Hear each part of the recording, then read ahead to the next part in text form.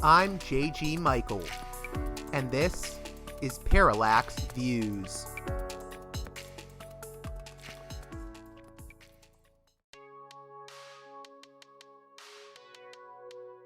Hey there, Parallax Views listeners. Independent media matters, and your support makes it possible. If Parallax Views has challenged your thinking, exposed you to new ideas, or simply kept you company on your commute, now's the time to help sustain it. Listen, share, and if you can, support the show on Patreon at patreon.com/parallaxviews. One more time, that's patreon.com/parallaxviews. If you want, you can also make a one-time donation by contacting me at parallaxviewspod@protonmail.com. I can give you a link to my PayPal page if you contact me that way. Let's show what listener-supported media can do.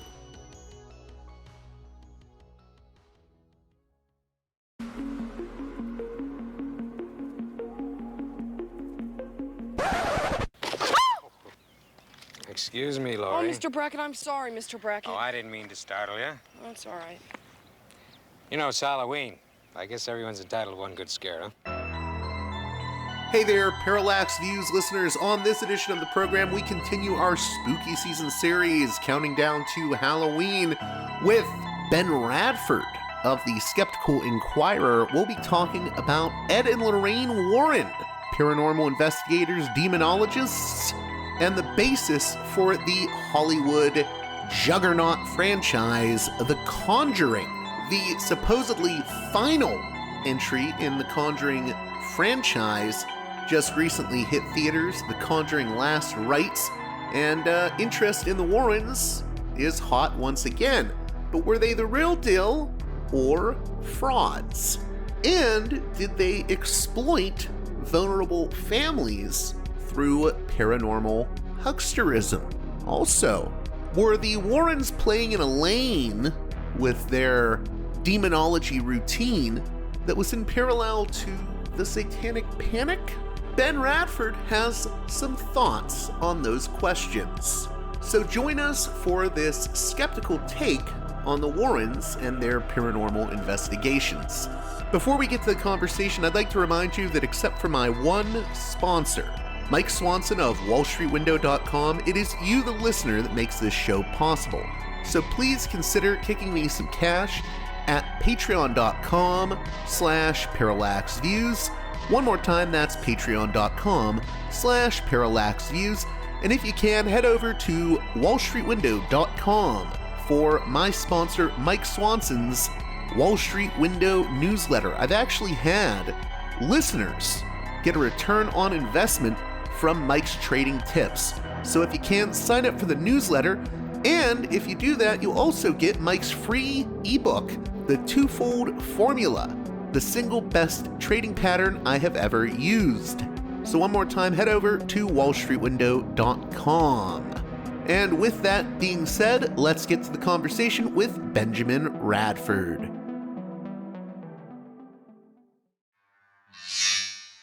Welcome to Parallax Views, a guest that I'm really happy to have on.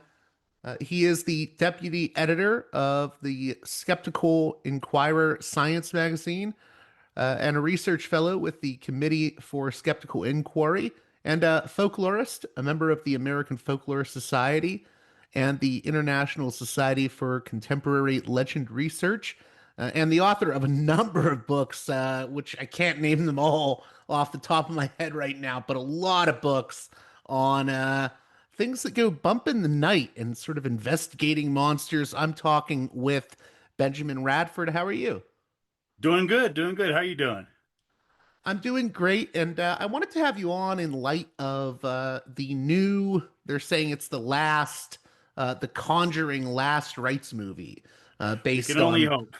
Right. Well, based on Ed and Lorraine Warren, who I'm sure people are familiar with, but apparently they're already planning on doing a prequel TV series about the Warrens. So for people that have been living under a rock, though, who were Ed and Lorraine Warren?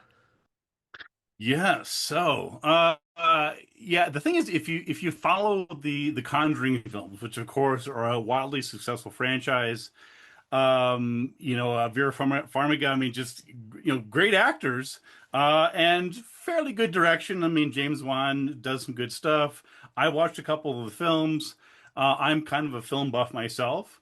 That being said, as somebody who has researched some of these claims, and also from a folkloric and skeptical point of view, it's one of the things where, like, I can watch TV shows like Ghost Hunters, and there's lots of yelling in the room because I'm like, no, that's not a thing.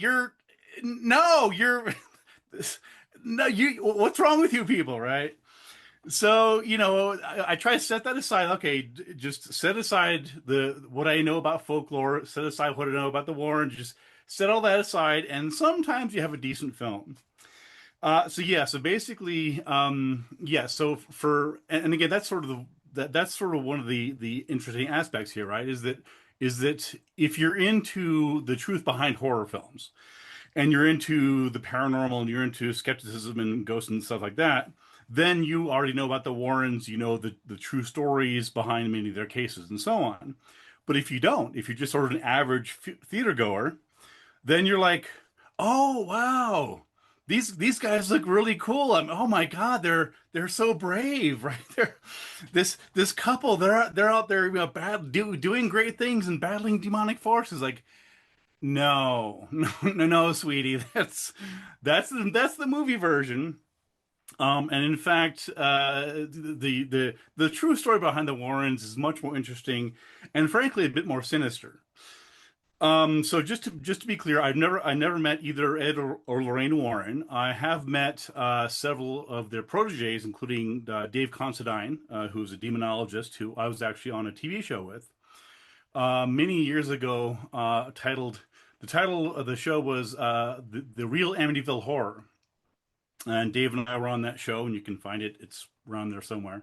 I also met, of course, their nephew John Zaffis, who is a prominent paranormal investigator, researcher, ghost hunter, and so on. I honestly don't. I I don't think very highly of Zaffis's research. I'll be honest with you, but I met him. He's a nice guy. He's got a good, I want to say, grift going on. He knows how to make his money and exploit that cottage industry. So, all right. Again, I never met either one of them. Of course, Lorraine died in 2019. Ed died in I think 2005, 2006. So they're both. But of course, they're both gone. But of course, their legacy lives on, right? So you even have not only in the Conjuring films, you also have the Annabelle. You have all their sort of the franchises and the spin-offs, right? You have the doll and this and that. The The nun, yeah, the the doll nun, right? Annabelle. Yeah, and again, it's like I get it. I mean, again, I know horror films. If there's we haven't seen the last Friday the 13th movie, we haven't seen the last Scream movie. Anytime anybody can make a buck out of them, that's fine. But yeah, so basically, so the story of Ed and Lorraine Warren is let's go back. So they were basically Ed was born in 1926, and Lorraine was born a year later in 1927, and they met as teens. So they had this sort of cute, meet cute, courting in the 50s type thing. They got married in their High 20s. school sweethearts. Yeah, exactly, exactly. Again, it all makes the perfect story, right? Ed went to war. He got back from the war in 1945. And they soon sort of were trying to figure out, okay, well, what do we do, right? He got back from the war. Where do you, in the post-war America, where do they fit in? Well, they were both Catholic, as of course many people. But Ed had one of Ed's pastimes was painting houses, and this is sort of referenced in a couple of the films. And so he would go out and he would paint houses, just do sketches, but not like a professional painter, but sort of, people like paintings of their houses, caricatures, what have you.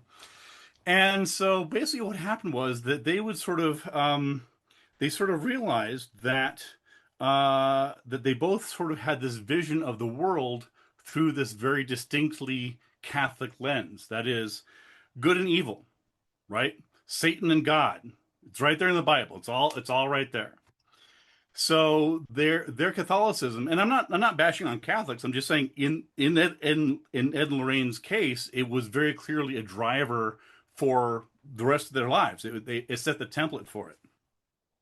So what they would start doing was they would do tours around, and they would sometimes hear of hauntings, right? So these days, of course, when you have ghost hunters on TV, you have you have all horror films. There's lots of Zach Baggins and all these different yeah, characters. exactly. Yeah, exactly. So there's so but keep in mind that back when they started, I mean, they were sort of the originators here. So Yeah, to didn't get them, they founded like I think it was the New England Society for Psychic Research back in like the early 50s.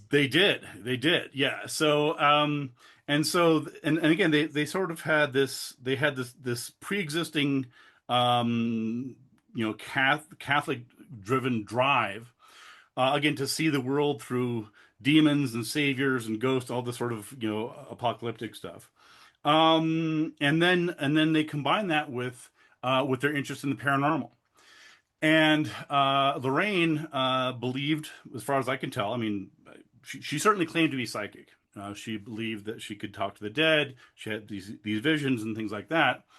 As far as I know, Ed never claimed he himself was psychic, but he sort of deferred to Lorraine because that was her purview, right? He was the artist, she was the psychic. Together, they So they Lorraine was like the clairvoyant.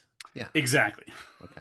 Exactly. Lorraine was the clairvoyant. Ed was the, um, and again, I never met him, but if you see interviews with him, and a good friend of mine, the late Joe Nickel, he had several encounters with Ed, and usually he's described as very brusque, very sort of boorish, in your face. You don't know what you're talking about. I'm the expert. I'm the guy. Um, and sometimes that works, sometimes that doesn't. But that was Ed's style, was going in there. I'm the expert. I'm the demonologist. I founded this organization. I know where ghosts are. I can dispel them. I know the Catholic rites and this whole thing. So he held himself and his wife Lorraine up as being sort of the solution. Now the problem here, so then the question becomes, the solution to what? Herein lies the rub, right? So what happened was that Ed and Lorraine sort of, they got this, they began this very successful template in which they would seek out Catholic families that were claiming to or reporting some sort of weird phenomena. This happened with the Lutzes in Amityville, of course, the famous Amityville horror case, the Smurls in Pennsylvania, the Snedekers in Connecticut. Again, these were sort of spun into different incarnations of the Conjuring films. But again, the idea here is that they would hear, and again, keep in mind, this is not the 1990s. This is not when you would hear about this on YouTube, right? They would hear it through press accounts, right? You go and look, for example, at the Exorcist case, where they had, I mean, the Ed and Lorraine Warren weren't specifically involved in the Exorcist case, but this is the time frame, right? This is what was happening. So again, not to go too far down that road, but in the Exorcist case, you had William Peter Blatty, who read an article in a mainstream newspaper about an exorcism of a young boy in nearby Mount Rainier. And he, years later, he remembered it and he said, "Hey, this would make a good novel." He turned it into a book, The Exorcist, 1973. And then, of course, he brought the script to William Peter Blatty, who did The Exorcist and The French Connection. Anyway, rest is history. But the point here is that the sorts of the interest in ghosts and the paranormal and demonic activity, it wasn't as easily accessible or popularized these days, just because the internet and things like that. Um, so what would happen is that they would hear about these cases of suspected poltergeist activity, weird things going on, ghosts, whatever else. It's almost like the ghost version of ambulance chasing. No, it absolutely is. I mean, that's an excellent analysis. And so so it's interesting because when you look at the cases that they injected themselves into, and this is an important thing to point out, is that if you watch the Conjuring films, particularly I think two and three, they it shows them sort of people reaching out to them for help, right? Because that's how they frame themselves. We're just demonologists. We're here to save the day and fight for God and this and that and battle the demons. And people who are desperate for our help reach out to us, and I guess we'll go. No, no, no, no. What happened was that in case after case after case, Ed and Lorraine heard about some story, some haunting somewhere. In one case, it was in Enfield, England. Again, Amityville in Pennsylvania, Connecticut, and they would go basically knock on their door. Hey, where'd you have a ghost? Aren't you lucky? I'm Ed. This is Lorraine. She's psychic. We are famous. You may not have heard us, but we're famous, and we can help you because you're a scared family.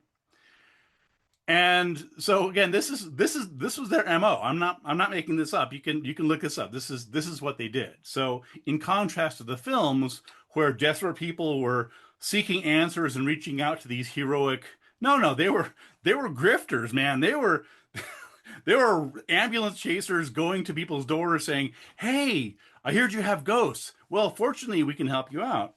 And again, in all these cases, there was a pre-existing framework of Catholicism, right? So that's important because there's shared groundwork. So Ed and Lorraine would know what their worldviews were, right? What the assumptions were. They again they're all Catholics, so they know what their beliefs are. And I think you can argue that it wasn't intentional exploitation because they were attracted to people who share their same worldview. But it's interesting to note that there's lots of potential poltergeist and haunted cases that Ed and Lorraine had no part in, right? That in Jewish households, in Muslim households, right? They didn't care about those. The ones they zeroed in on were the Catholics. And Well, again, even, that was even the some of the ones they were involved in, I think they were less involved in than they often made it out to be. But No, no, absolutely right. So anyway, so again, that was their MO, right? And what they would typically do is they would introduce themselves, and typically the people like the Prone family and the Snedekers and others, um, they you know they don't know any better, right? Here's Ed, there's Lorraine. They're demonologists. They have a card. You know, they're promoting themselves as the answer. Like, hey, we get rid of ghosts. We dispel demons. And if you are, if you if you're not skeptical or you're not savvy, then of course you're gonna say, "My God, yes, thank you. Come help me." Right? So in this day and age, there might be sort of more skepticism. But at the time, there in a lot of the cases, they welcome them in, like, oh, thank you for coming here. We're not getting help from anybody else, right? And so, and this is part of what I was saying before, is right. So Ed and Lorraine were offering answers, but in many cases, they were creating the questions, and by that I mean they had already set answers, right? It's demons, it's evil spirits, it's XYZ, and fortunately we are so good and up and righteous, we will dispel the demons, right? I want to go back real quick if we Yeah, could. How important was, that time in the 70s when The Exorcist came out? Because I do think that's relevant in that, yes, I think Ray Garton even said once that Ed got into the demonology stuff and not just the or not just the ghost hunting because of, yeah. the popularity of The Exorcist. Now that was Ray's view, but I do think it lines up. I think there was sort of a fears of the demonic that came up after The No, Exorcist, and I think the Warrens played into that.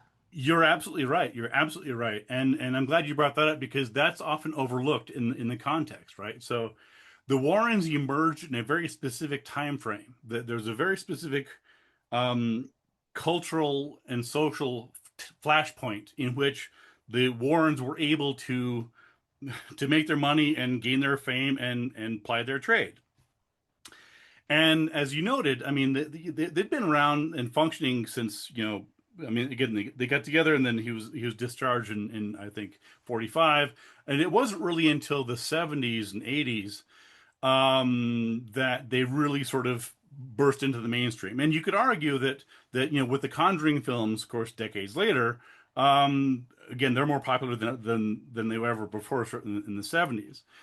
But your point is well taken that this was a time, again, we're talking the early 70s and the 80s. So what was going on then? Well, again, you had pop culture depictions of ghostly stuff. You had Exorcist. You had Amityville. You had, which of course they were involved in. You had Poltergeist later on in the 80s. You had this burgeoning interest coming out of the age of Aquarius, right? So in the 70s, free love and, Atlantis and crystals. And of course, there's still some of that today, but that sort of merged into more sinister things, right? And this is the same time, not coincidentally, that you had the emergence of the Satanic Panic, right? This is when not too much later, you had people who were complaining about Dungeons and Dragons being satanic, Ozzy Osbourne. Some of us are old enough to remember the hearings about that. So again, they tapped into that latent fear and concern about evil forces that we may not be able to see. And I'll give you one quick example. When I was on that TV show, I think it was for the show was for Mystery Quest, and I spent a couple days with Dave Considine, as I mentioned, who trained under the Warrens. And it was interesting being there with Dave because I won't go into the whole story. Basically, we were in California investigating a haunted house. And we were both there. I think the shoot was 3 or 4 days or something. And I was the token skeptic, right? Everybody else there is believers, ghost hunters, whatever else. I'm like, I'm not so sure this is legit. Anyway, where I'm going with this was that off camera, because it was long days and we're filming this and that. And so at one point I was talking to Dave. Again, very nice guy. We got along very well. I'm a skeptic. He's not. He's a demonologist. But I was talking to him and he said, "Hey, would it be okay if we bless you? Because we're in this evil house." Where there's, and granted, it was for a TV show, but I mean, I didn't see evil in the house at all. I saw, I saw things that could easily be explained through science and things like that. But it was interesting because he said again, he's like, do you mind if we bless you? I'm like, no. I mean, I thank you. I mean, I was flattered, but it was interesting. He wasn't just performing. This wasn't for the camera. He sincerely believed that I was in danger because of evil forces in the house. I was equally convinced that there were no evil forces in the house and there was no danger at all. But it was interesting because, again, it was so clear to me that he and I were both in the same place. The same sounds were being heard, the same dark corners, whatever else. And where I was just seeing an ordinary dark hallway, he was seeing very real shadowy figures lurking around. And that was, I mean, I have a degree in psychology, so I kind of knew that, but it was interesting just sort of to actually see that in person, where it was so clear that in this one particular worldview, which Ed and Lorraine heartily endorsed, in fact exploited, their viewpoint was that there's evil everywhere, right?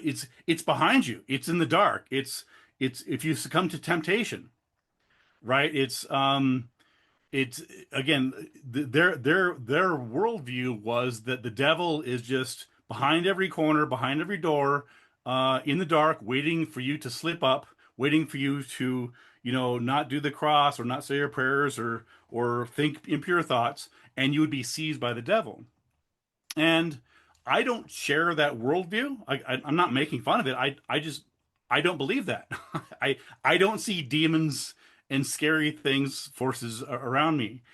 And anyway, I don't want to go too far down that rabbit hole, but I think it's interesting because it illustrates the worldview that Ed and Lorraine and others of their ilk did. Do you think, I mean, going back to that period where they really initially get big, and I mean, since then they've gotten bigger because of the Conjuring. Right. I mean, I think it's a turbulent time for a lot of people in America, you know. I mean, there's Sure. things like Watergate happening. You Yep. have kids going off to college and maybe their parents are a bit more conservative. Oh, I don't get this free love stuff. I think that the The Warrens Vietnam almost, War. I mean, yeah, there's and the lots of Vietnam War, yeah. there's all this turbulence. Hmm. And I think you can sort of, I think there's certain people that exploited that and said, well, hey, Hmm. there's these dark forces tearing at the fabric of our, you know, civilized society, and people are turning away from Hmm. the traditional family values. And we see that with the Satanic Panic and Right. things like Michelle Remembers. I think Yep. people sometimes look askance at me when I've argued that the Warrens tap into that same thing, but maybe without the like full on Michelle Remembers type thing. No, I think you're absolutely right. I mean, I think that's a good insight. It's all part and parcel of the same thing. The threads are very clearly there, right? Between the Satanic Panic and Ed and Lorraine interpreting, any ambiguous, mundane bump or knock or scratch or sound or anything as being evil. And I've investigated ghosts and hauntings. I wrote a book titled "Investigating Ghosts." So I don't make fun of ghost investigators. I've investigated ghosts, and one thing I can tell you is that oftentimes you have the way that the way that these cases usually manifest is that somebody will notice something strange, and usually it's not as dramatic and sensational as you would see in Hollywood horror films because it's boring otherwise, right? Like, there's a reason why in The Exorcist Reagan's head is spinning around, they're doing backflips and levitating, right? There's a reason why in the Conjuring films, and Amityville, the special effects are dramatic and sensational and horrifying and this and that. But in the real life cases, when you look at the real life cases, they're much more mundane. And someone got a scratch and someone heard something, and they're just exaggerated and sensationalized, again, understandably so, right? You're trying to make a scary horror film. If a lot of times when I talk to people who talk about ghosts in their house, I say, well, why do you believe you have a ghost in your house? Like, well, when I go into a room, I feel a chill, and sometimes my keys are missing, but it's just the ghost playing with me. Okay, well, you can't make an interesting horror film out of missing keys, feeling a chill in a room, right? So they have to amp it up. They have to go all in on it, and of course that's what they do with the Conjuring film. So no, I think you're exactly right in terms of the influences. I'm curious too. You know, a lot of people will say to me, well, why are you being such a bah humbug about it? You know, why can't we just enjoy our The Conjuring movies? Why do you have to uh be skeptical about Ed and Lorraine Warren? Like, you're no fun. And I'm like, well, I think there's important reasons why we should be examining this. Even with it's been years since I've seen The Conjuring, but I seem to recall like one of the main plot points was this idea that at least one of the witches in the Salem witch trials really was a witch. And I'm like, well, this is like revisionist history. Not only is it a revisionist history, it dishonors the dead. I mean, this is one thing, and that actually happened. I mean, there's been a couple cases that there was the I think it was the Snedeker case, where it was the original Conjuring film with the parents, and and this is a perfect entry to that case where they show up at the door in 1971. I think it was in Rhode Island, and there's the parents, there's the father and the mother and a couple kids, Roger and Carolyn, and they're like, oh my God, there's something weird in our house. They were living in this 18th century farmhouse, And they started having weird things going on, I think in the winter of that year, in 71. And Ed and Lorraine show up like, hey, we'll save the day, we'll explain this, we'll drive away the demons. And they're like, in fact, Roger Perrin, the father, actually called Warrens two-bit charlatans, right? This is from them, two-bit charlatans, right? The people that they dealt with are like, these are con men, right? So again, don't take it from me, take it from the people that dealt with them for months on end, right? Anyway, so in that case, and my colleague Kenny Biddle has done some great work on that. If you get a chance to interview him, he's done super good in-depth stuff. He can talk much more about it than I can. But one of the things that jumps out at me is that Lorraine, because she's psychic, she said that a woman named Bathsheba Sherman was a witch. And she's like, "Oh, this is the root of all these weird things going in your farmhouse. There was some evil occult activity going on here, and Bathsheba, sacrificed a baby in this house, and the land is cursed, and all these sorts of things." Well, several people, including Kenny, looked into it. None of that's true. Bathsheba Sherman was a real person. She was a practicing Christian. She was not a witch. There's no evidence she was a witch, and there's no there. Like the whole premise, all the information that Lorraine gave from her psychic spirit guides was wrong. It was flat out wrong. And not only was it wrong, it tarnished the name of an innocent woman, an actual person. And that offends me. And so, when we talk, and I'm glad you brought that up, right? Because the question becomes, well, what's the harm? I get this all the time. Like, okay, well, whatever, dude. Yeah, okay, it's a movie, right? So people think, ghosts are else. And the answer is there are harms. There are very real harms. And I've seen this firsthand, where again, I've gone to places that were believed by the residents to be haunted. I can think of at least a half dozen cases off the top of my head. And when I ask them, why do you think your place is haunted? They'll say, well, there's a weird thing here, that. But invariably, they say, well, I watch a lot of ghost hunters, right? I watch Zach Baggins. I watch Jason and Grant. And so this is important here, right? Where do they get their information? Where do they get the assumption that some cold spot in their den means there's a ghost? Why do they get this idea that if they just take a bunch of photos, hundreds of photos, and they get a couple orbs in a couple of them, that it's not just a reflection of dust or insects, it's actual ghosts? And the answer is people like the Warrens, people like ghost hunters, people like Zach Baggins. You can argue, well, it's all fun and games, and they don't really take it seriously. No, people do. I promise you, they do. Well, I was going to say with the witch, the reason I mentioned and I'm glad you mentioned the Bathsheba thing, was because even in the recent past and even now, there's like young teenage girls that I've known that are into like Wicca or neo-paganism, and they can get harassed or even like persecuted by their community, especially if they're in like a really religious, like Bible Belt type community, and that feeds into it. I think the Warrens could feed into that. I don't know if you agree. But... Yeah, I absolutely agree. No, and again, I mean, this goes back to what I was talking about before in terms of not only, I mean, they're not imposing the worldview, because again, in these cases, the Lutzes and the Perrins and others, they were already Catholic families, right?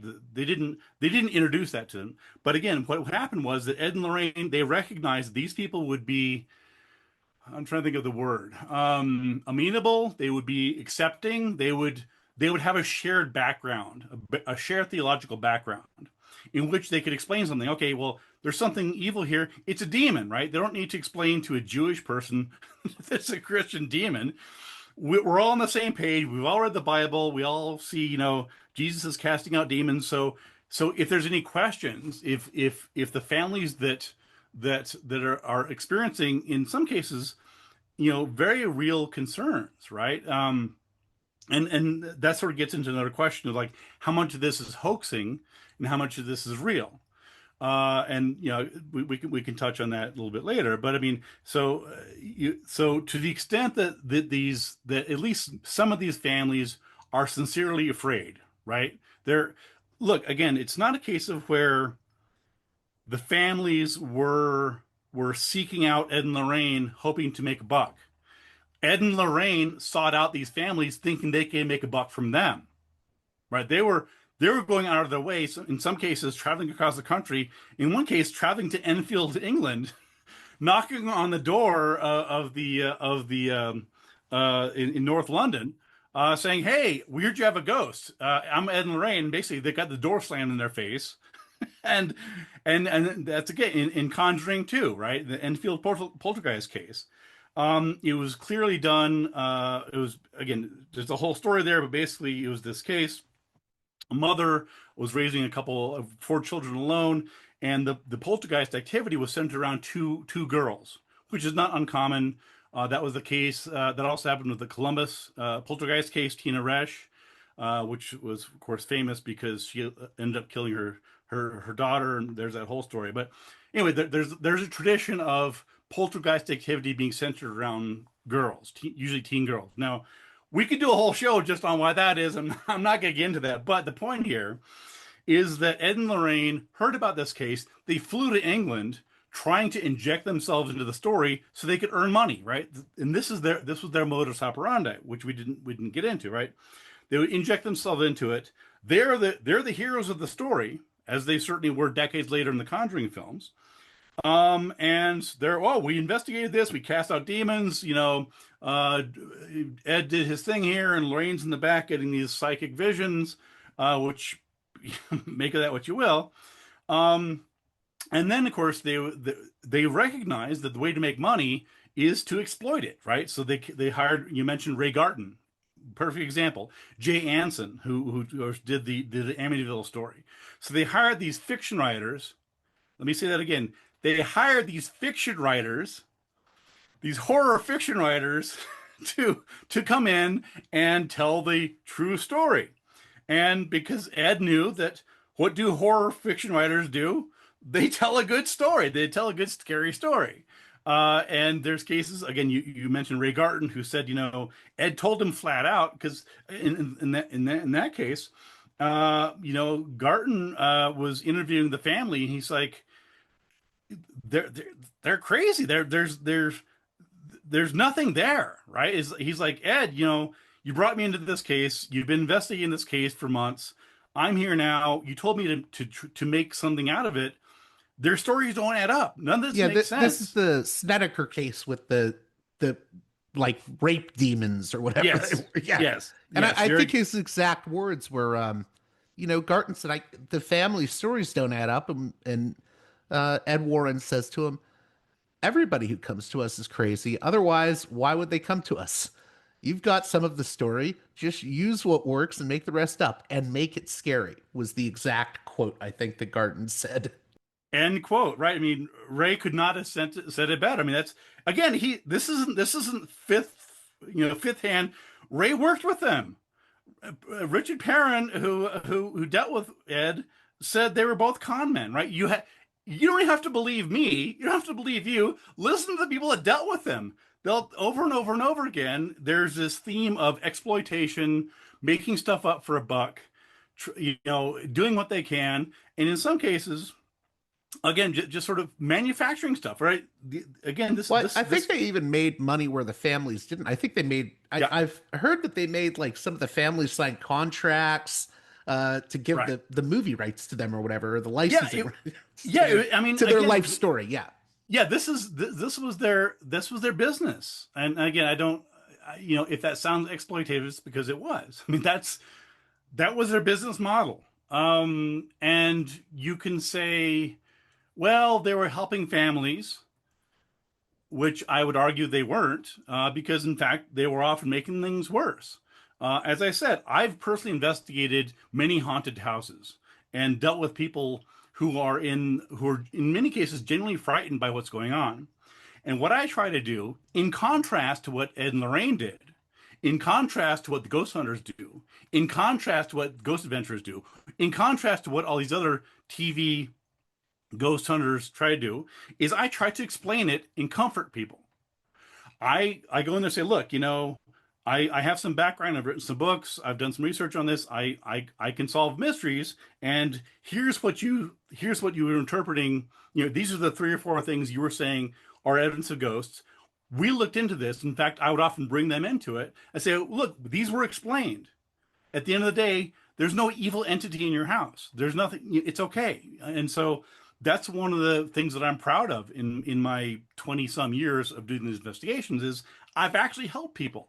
I know that for a fact. I've comforted people who have been misled by people exactly like the Warrens and ghost hunters into thinking there's some evil spirit in their house because they have a migraine or because there's a cold spot in their house, whatever else. And I'm explaining those things and saying there's nothing here. Their modus operandi, their whole premise was there is something here, only we can fix it. We're going to drive out the demons and the ghosts. By the way, sign this contract so we can make a movie out of it. They make lots of money. They go on their way. And that's what they're left with.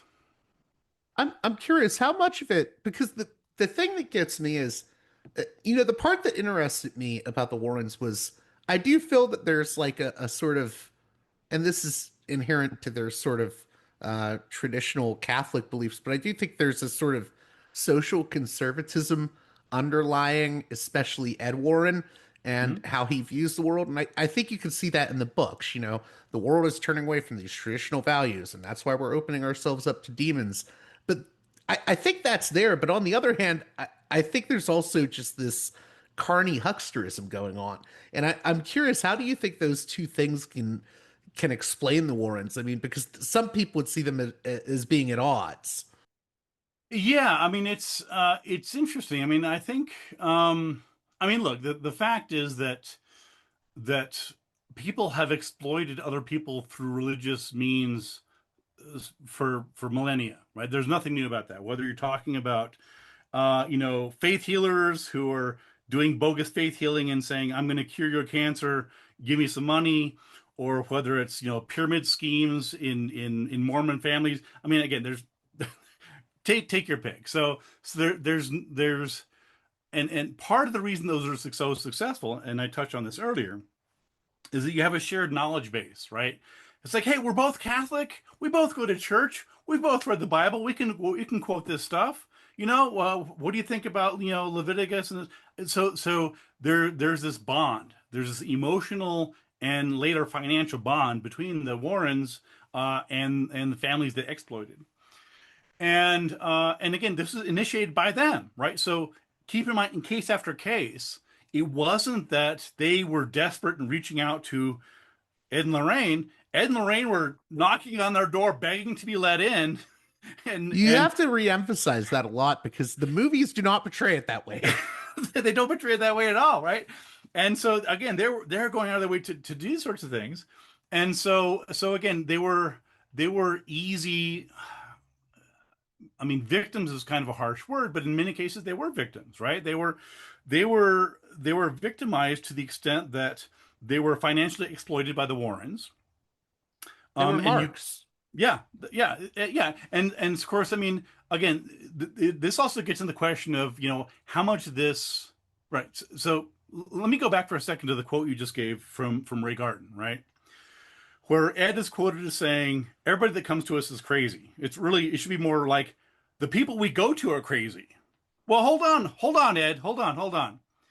If you know they're crazy and they're vulnerable, why are you going to exploit them? Don't gloss this over, Ed. If you're concerned that you're introducing yourself and Lorraine to this family who in some cases, they have kids, right? The parents had kids. There were children involved, right? This isn't just somebody exploiting somebody else. These were cases of families where there were literally innocent victims that Ed and Lorraine injected themselves into. And and again, you can get into the question of, okay, well, was this a fraud? Was this actual belief in the paranormal? And in many cases, as in the cases I've investigated, there was actual belief in the ghost, right? And so it's not that Ed and Lorraine, um, I mean, look, why did they appear to these families in the first place? Right? They didn't just randomly go knocking on doors. They heard about some case, on TV or in the newspaper. They would go there. They would inject themselves into the case. They would, get publicity, sign contracts and so on. And so there was a pre-existing case. And so in most of the cases, as in the cases that I've investigated, the people are sincere, right? So in Amityville, there's clearly some hoaxing. It was admitted there was hoaxing. Amityville is, of all the cases, the clearest example of hoaxing. But there are other cases, again, the Snedeker case, the Perrin case, and so on, where it seems that the family was genuinely frightened. They genuinely didn't know what the hell to make of it. They thought something weird was going on, as happens across the country, right? This is nothing new. This is nothing unusual. What makes this unusual is that Ed and Lorraine made a beeline to them, and not only did they not comfort them, not only did they not say, you know what, it's okay, right? Because that's, again, having a skeptical point of view, having someone who goes in to try and comfort the family doesn't make a good movie. No one's going to make a movie about me going into a place and comforting the family and saying, look, you were terrified of something evil in your house. We looked at these things. These things had ordinary explanations.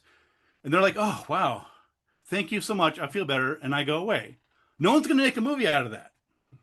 Would you even set them apart from, when it comes to the Warrens, would you set the Warrens apart even from other maybe paranormal investigators or paranormal writers? Like, I've read people like Nick Redfern or Brad Steiger, but it feels like they didn't insert themselves in the lives of these people in the way the Right. Warrens do.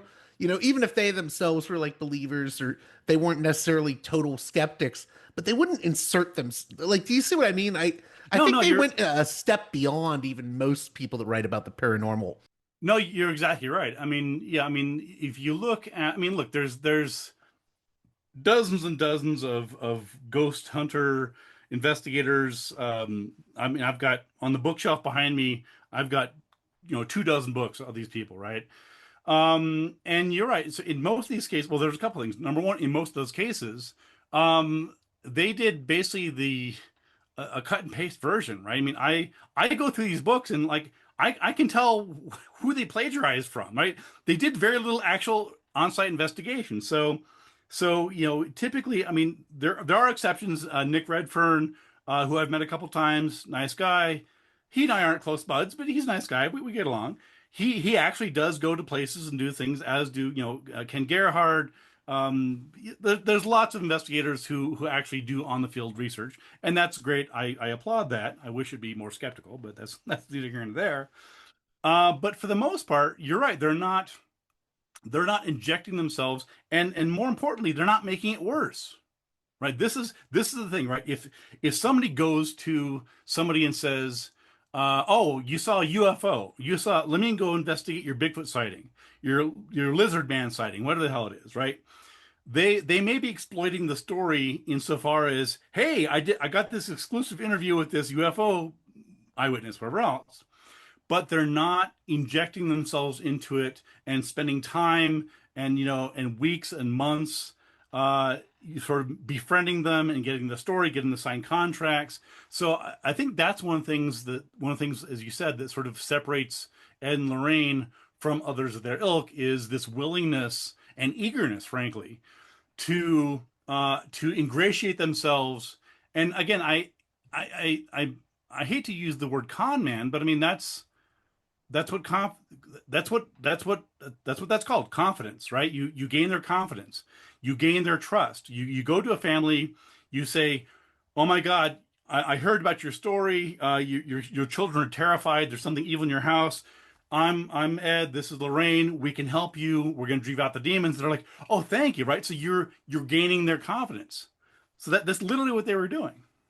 I know we can't talk about it in depth, but the one that always gets me is the devil made me do it case because I mean this literally there was a court trial where this murder happens and they're like it was demons and the Warrens were involved in that. So I Yeah, yeah. Again, I excuse me.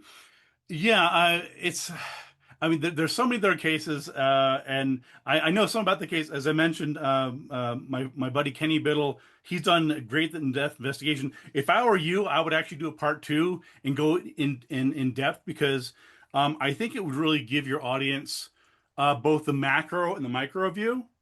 So I think I'm giving more for the macro, the overview, and the way they worked and how they worked and whatever else. But somebody like Kenny can really sort of drill down, and what you're going to find is that the details in those cases, the Snedeker case and the Smurl case specifically, they it lines up point by point, right? This is what Ben said. Oh, this is what JG said. It's all there. So, but yeah, I mean, and again, I go back to I mean, it's a different case, but the Amityville case, right, where you had an actual homicides in the house. You had, Butch DeFeo killing people in the house in Amityville. Again, real case. That's not made up. And once again, you had his lawyers were like, well, how are we going to get this kid off? Demons in the house. Okay, demons in the house, and then all right, we'll see if we can make a defense out of it. So yeah, but more to your point, I mean, it's a case of where it goes to show the real world harms and real world consequences.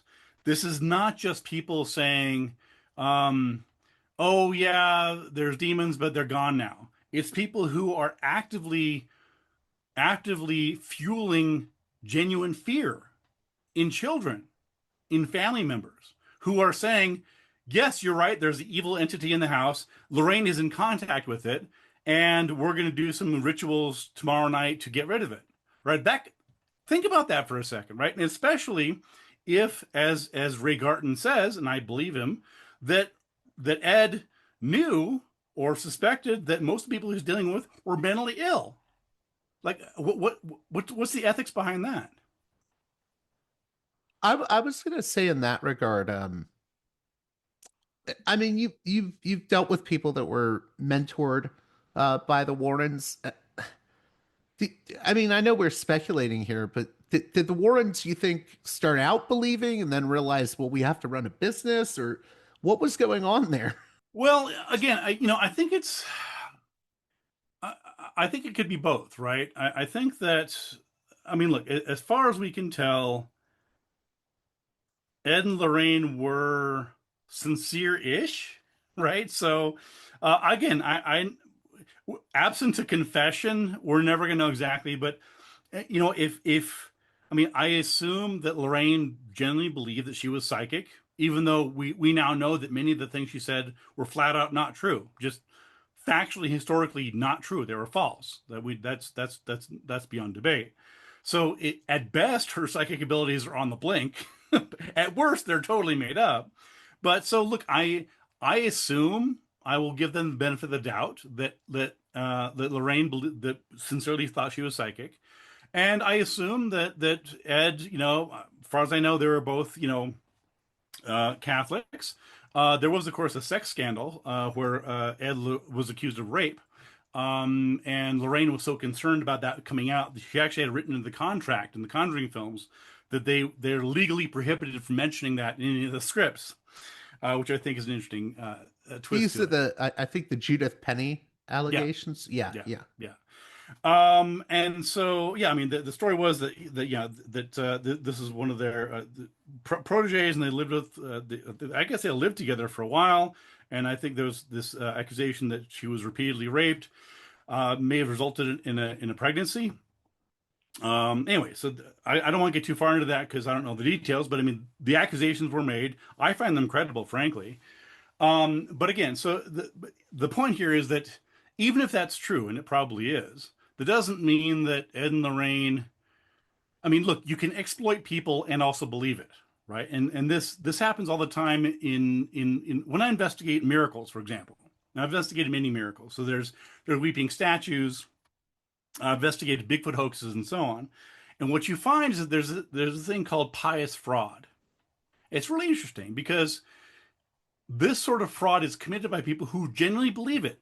And for example, I mean the Enfield poltergeist case, which the Warrens basically they had the door slammed in their face, but they still managed to turn it into a movie.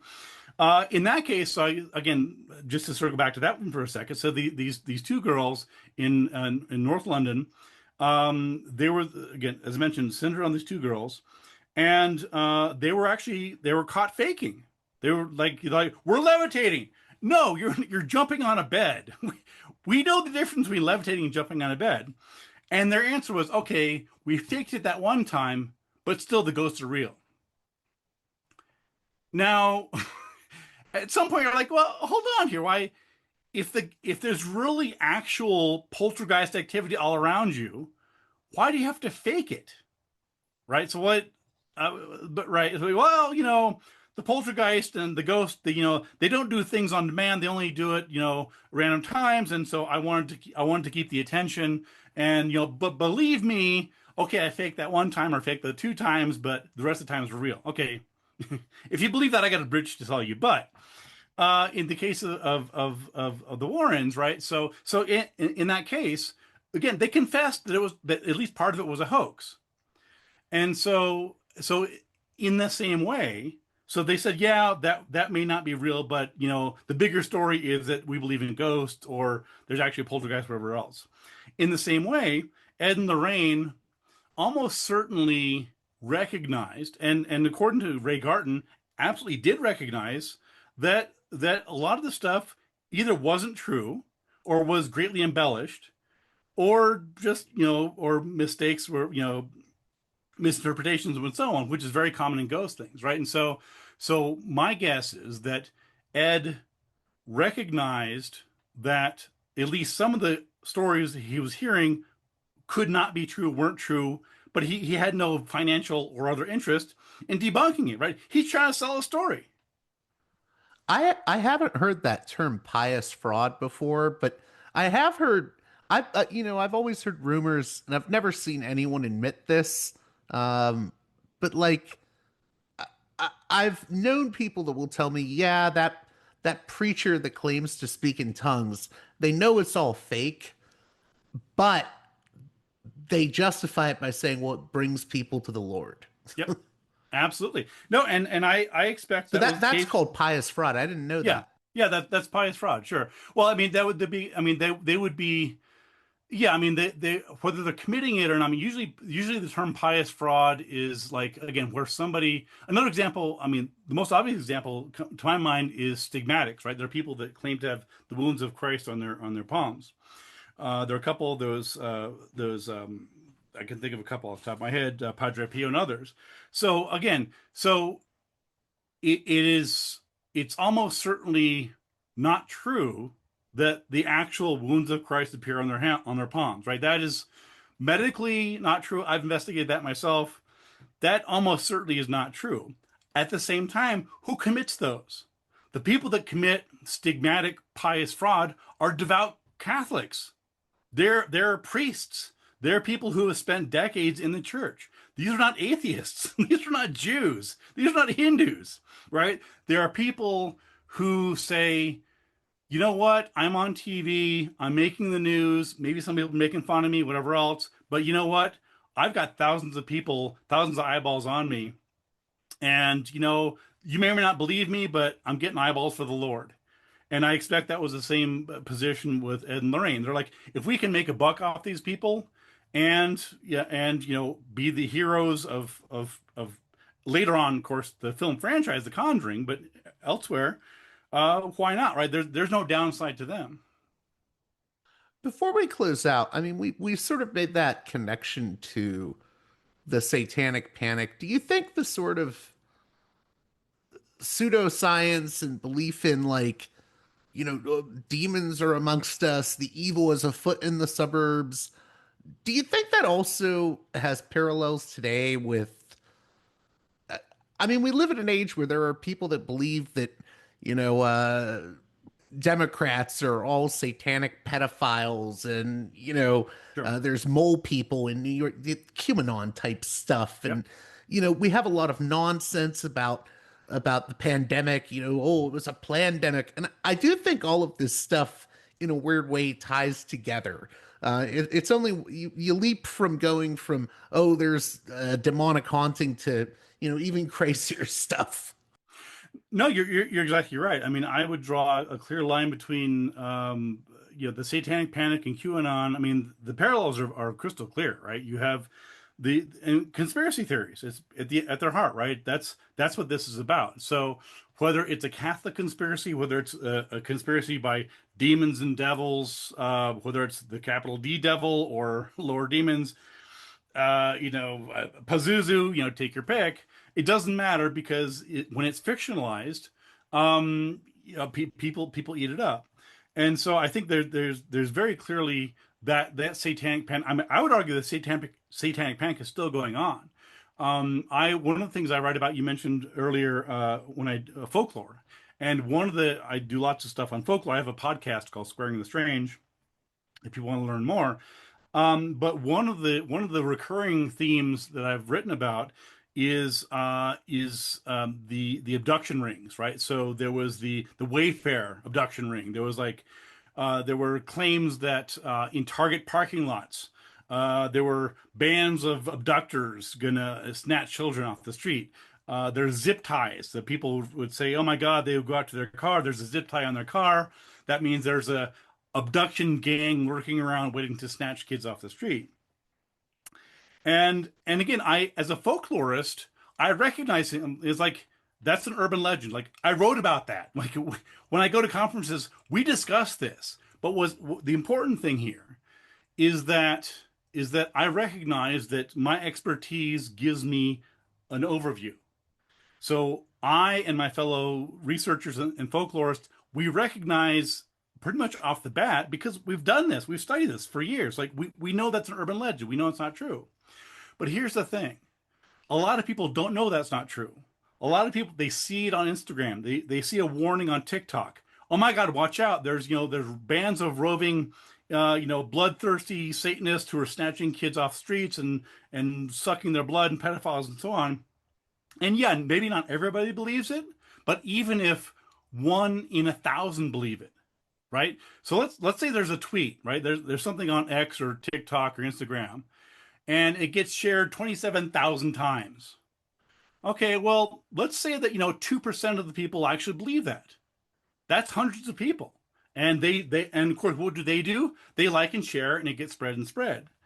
And so I think that's important to recognize, is that it's sort of easy for us to go back at the remove of decades and look at the cases that Warrens were involved in and recognize that it was bullshit. This was exploitation. They weren't helping people. They may or may not have been semi-sincere, but they certainly weren't doing any good. But at the time, it wasn't that clear. At the time, it was like, oh my God, Ed and Lorraine Warren. They started this psychical research thing. They were on TV. They were on Montel, right? There was none of this sort of more late stage skeptical pushback, which frankly might have helped 20, 30 years ago. Yeah, and I want to say, I'm not saying, I hope my listeners, I'm not saying that, like, oh, Ed and Lorraine Warren were like an exact, like, prototype for QAnon, because I don't think Ed and Lorraine did the whole conspiracy thing, but there is that, like, hint of the evil forces are everywhere, and I do think it feeds into something that can be much darker. Yeah, well, and no, I mean, the common thread here is the evil in the mundane, right? This is what they exploited. This was their bread and butter, right? In the same way, right? Ed and Lorraine are like, hey, this looks like an ordinary house. It's in suburban Rhode Island. Here's a farmhouse like tens of thousands of other farmhouses, but lurking inside this farmhouse, lurking inside this otherwise ordinary looking house, in Amityville, lies the most horrific, terrible things you can imagine. And that same thread carries over in QAnon, right? With you see these politicians, but did you know they're actually drinking children's blood when they're off camera, right? It's like, No, it's like but again, it's all part of the same idea. And again, that was concerns about Satanism all along, right? So you mentioned Wiccans before, right? So you and I both know Wiccans. They're not Satanists. In fact, if you know anything about Wiccans and witchcraft, the concerns that Christians have every Halloween about Halloween being satanic. Halloween has nothing to do with Satan. Satanists don't believe in Satan. It's just like it's bizarre, right? It's like I have friends who are Satanists. They're like, yeah, dude, it's weird because like the Christians, they go like, we don't believe in a literal Satan. Like that's Oh, that's that's you your mean like the thing. LaVeyan? Yeah, Yeah, yeah, yeah. yeah. They don't believe in certainly the biblical Satan. That's not they wouldn't recognize that, right? So like it's I not always that's tell people they believe in Ayn Rand.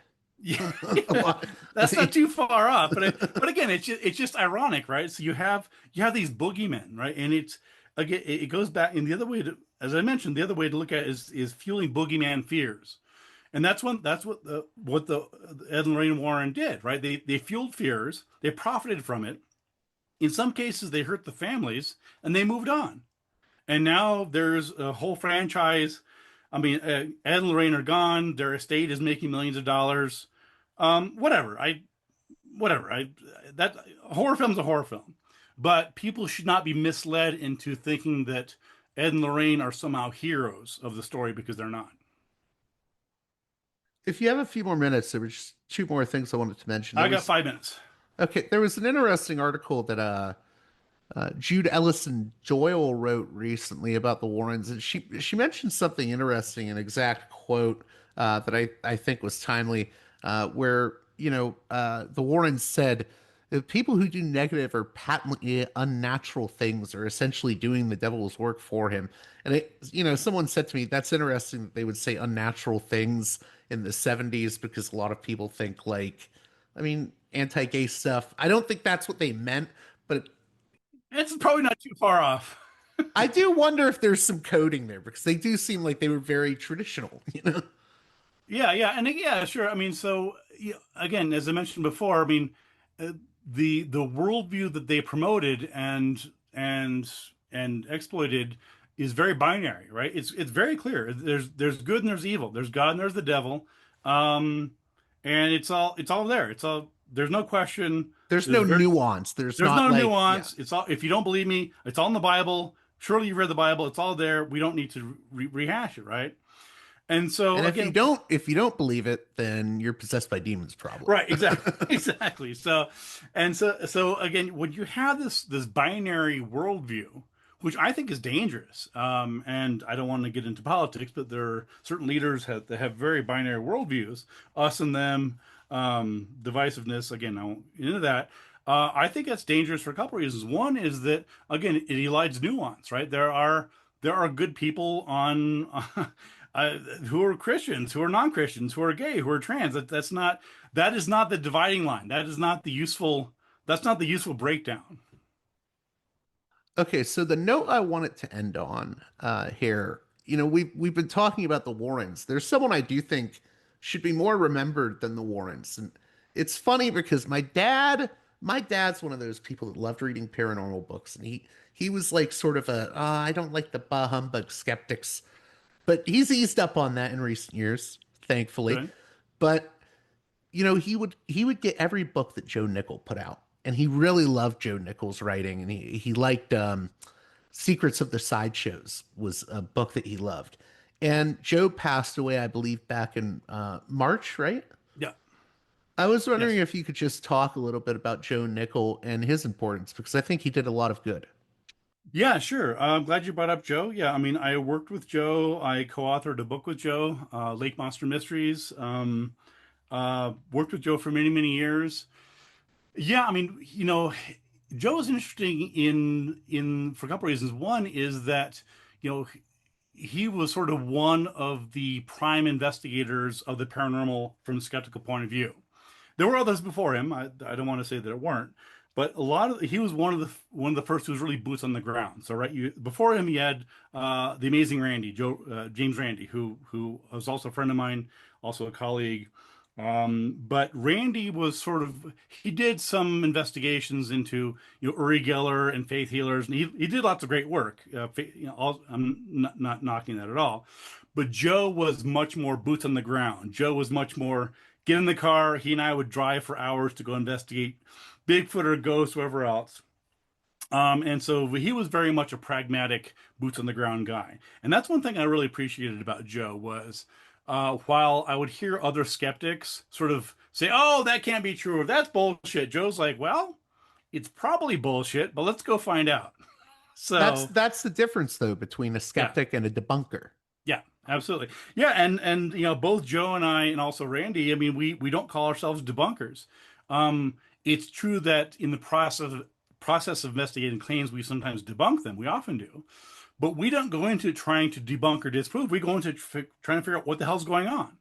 If the answer is there's ghosts here, that's great, right? If the answer is there's a Bigfoot or psychic powers, that's cool. Like that's awesome. We're not upset by that. We're excited by that, right? So we want answers wherever the evidence leads. And yeah, that was a great thing about Joe. You mentioned Secrets of the Sideshows. That's one of my favorite books of Joe's as well. I was actually with him on a couple of investigations, meeting Petey the fire eating dwarf in one of the chapters. Ray Ward, all the carnies and stuff like that. So I have fond memories of Joe, and especially with that. Yeah, and I was going to say, I think one of the things that comes out of your work and Joe's work is even if the answers aren't like, oh, there's demons and ghosts, you end up having more questions because you're like, well, then why do these people believe this? What's the Right. psychology behind it? And I just comment on that in closing. Yeah, I mean that's ultimately that's the question, right? I mean, so to my mind, when you look at these topics, whether it's Bigfoot, whether it's psychic powers, whether it's demons, ghosts, whatever it is, the question becomes, okay, is there good evidence for these things? Good scientific evidence? And the answer is, well, there isn't. I mean, there just flat out isn't, right? If we all agreed that ghosts existed, then you could go to a science museum and, hey, there's a ghost. Here's what ghosts are. Here's what they look like. Here's their characteristics. Here's when they were first discovered. Here's what they do. Same with Bigfoot, right? We should be able to go to a zoo and say, well, hey, between the bear and the moose, there's a Bigfoot. Here's how they breed. Here's the DNA. Here's where they fit in the tree, and so on. But the fact is that there isn't good evidence for these things. Then the question becomes, well, why isn't there good evidence? Right? People have been looking for Bigfoot for 60 years. People have been looking for ghosts for arguably 150 years, since probably the 1870s and the rise of spiritualism. People have been looking for psychic powers, certainly in the lab for decades as well, and so on and so on. So the question is, well, hold on here. If these things are real, why is it that there's not good evidence? And the answer is either the answer must be that they're not doing good research, right? They're whatever you're however whatever methods you're using to try and find ghosts, they're not working, right? Whatever methods you're trying to use to find Bigfoot haven't worked. You failed, and so on, right? So either the ghost hunters and the demonologists and the psychics and researchers, either they need to up their game, they need to do better research, or the other explanation is they're not real. The reason we don't have good evidence for Bigfoot is that there's no Bigfoot. The reason we don't have good evidence for ghosts and psychic powers is because they don't exist. That is also a possibility. Now, people don't like to hear that, and when they, oh no, the evidence is there, I'm like, well then do better work. Right? This is one of the themes of my research in my books. It's not making fun of people who believe in ghosts. It's not making fun of people who look for psychics, because I've done that. It's saying, look, guys, if you think this is real, do better work. If you think this is real, if you think these things exist, then do a better job. Find out, figure out what you're doing wrong, fix it, and find the damn thing so we can all see it. Well, we'll leave it at that. I want to thank you again, Benjamin Radford, for coming on Parallax Views. How can my listeners keep up with your work? Yeah, I'm here, there, I'm everywhere. You can find me on my podcast called Squaring the Strange, which is sort of a weird title, but it works. Squaring the Strange comes out every couple weeks. It's on all your usual podcast venues. I am also the deputy editor of Skeptical Inquirer Science Magazine, as I think you mentioned before. I'm on Twitter. I'm on Facebook. I actually have a new book that is due in like 5 days. So I shouldn't be talking to you right now. I should be writing the book, but it's coming out. It's a sequel to my book, Mysterious New Mexico. It'll be out probably Halloween next year, about mysteries and strange things in my home state of New Mexico. So that's where you can find me. Thank you so much. Thanks for having me.